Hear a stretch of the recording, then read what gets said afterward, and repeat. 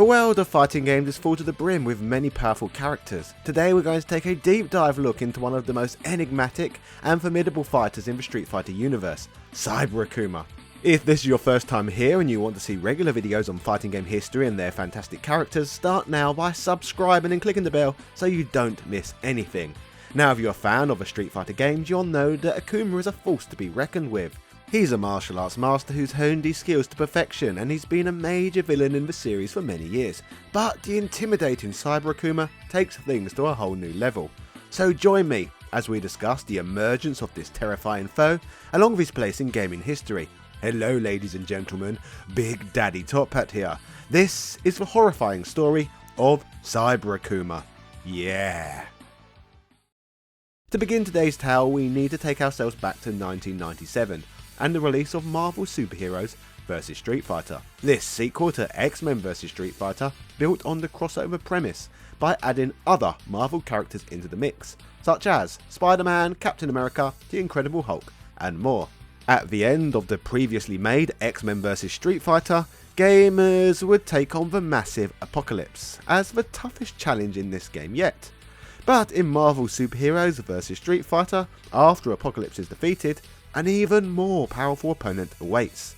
I'm of course referring to the insane warrior Cyber Akuma, a fighter who is often considered one of the most difficult to compete against in Capcom game history.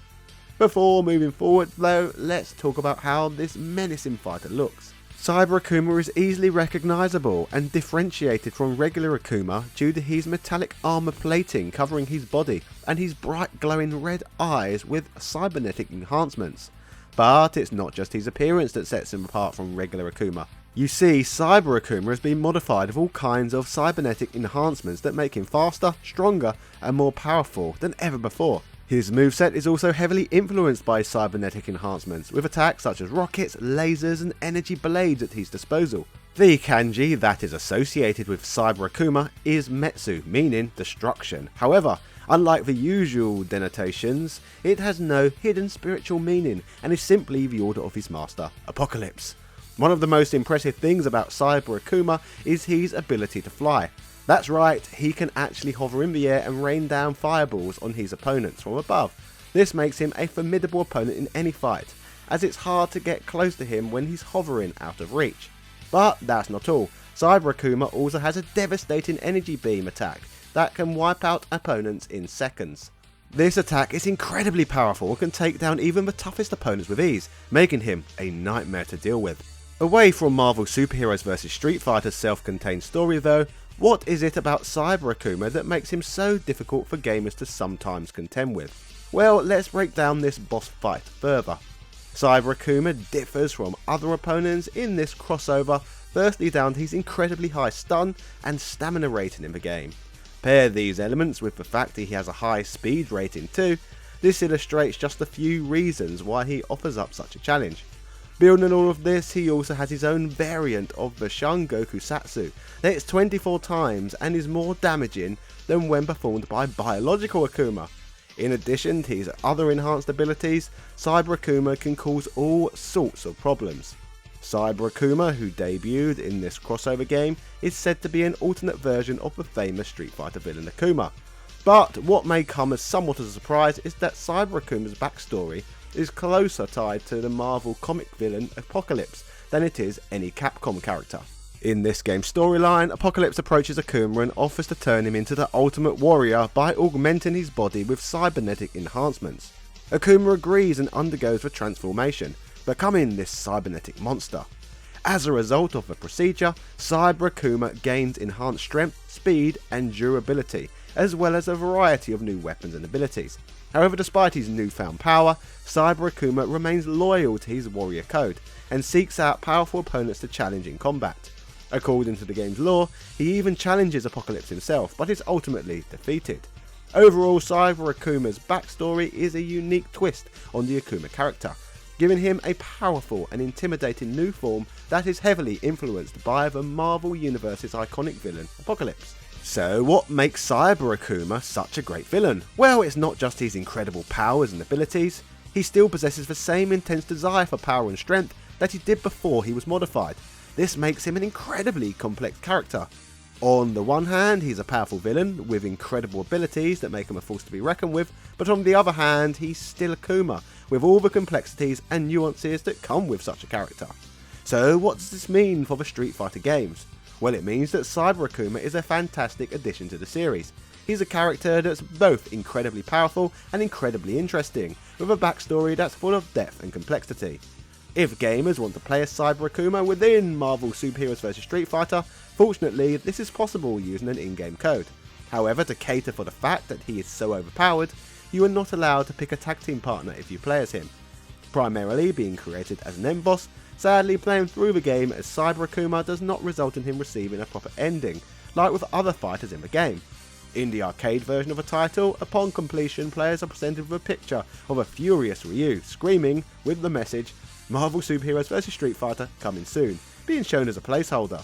But if you beat a console version of the game, Cyber Akuma is given the same ending used by the other secret characters. Moving past the classic game where Cyber Akuma made his debut, fortunately we would get to see him in other titles to some degree too. Interestingly, his next couple of appearances would not be in either a Capcom or Marvel game, but instead games published by SNK. During the late 90s moving into the early 2000s, Capcom were in the process of making crossover games with the SNK, with the SNK produced SNK vs Capcom Card Fighters 2 resulting in the next appearance of Cyber Akuma.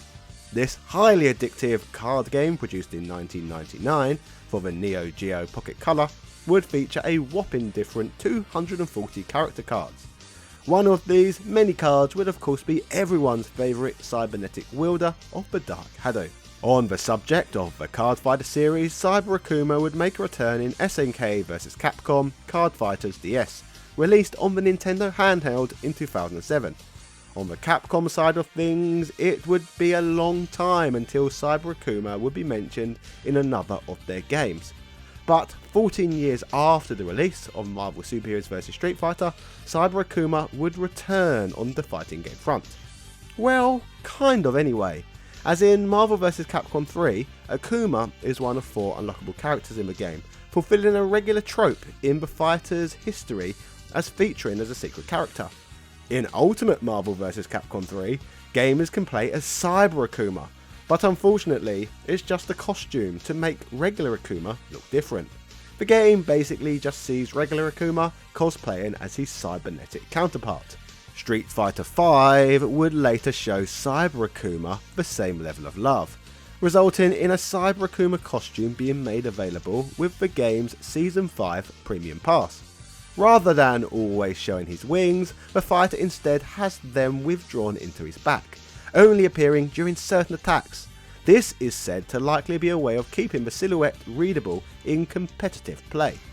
Away from the world of video games, Cyber Akuma has also appeared in the Street Fighter Udon comics, with him actually appearing on a variant cover of issue 9 of Street Fighter Unlimited.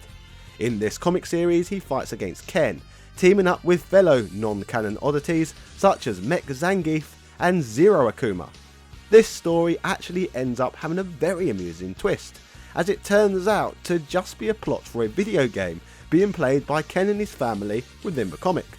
This fictitious video game is a tongue-in-cheek reference to the absurdity that was Street Fighter 2010 for the NES, another subject we have tackled in depth on here in the past.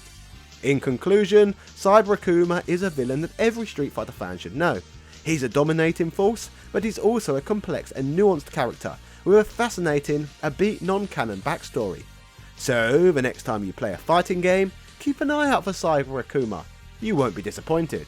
If you enjoyed this one, make sure you subscribe, then why not check out my upload on Akuma's journey into the official Tekken story. That was pretty weird. Treat yourself to another Street Fighter history video now. Cheerio!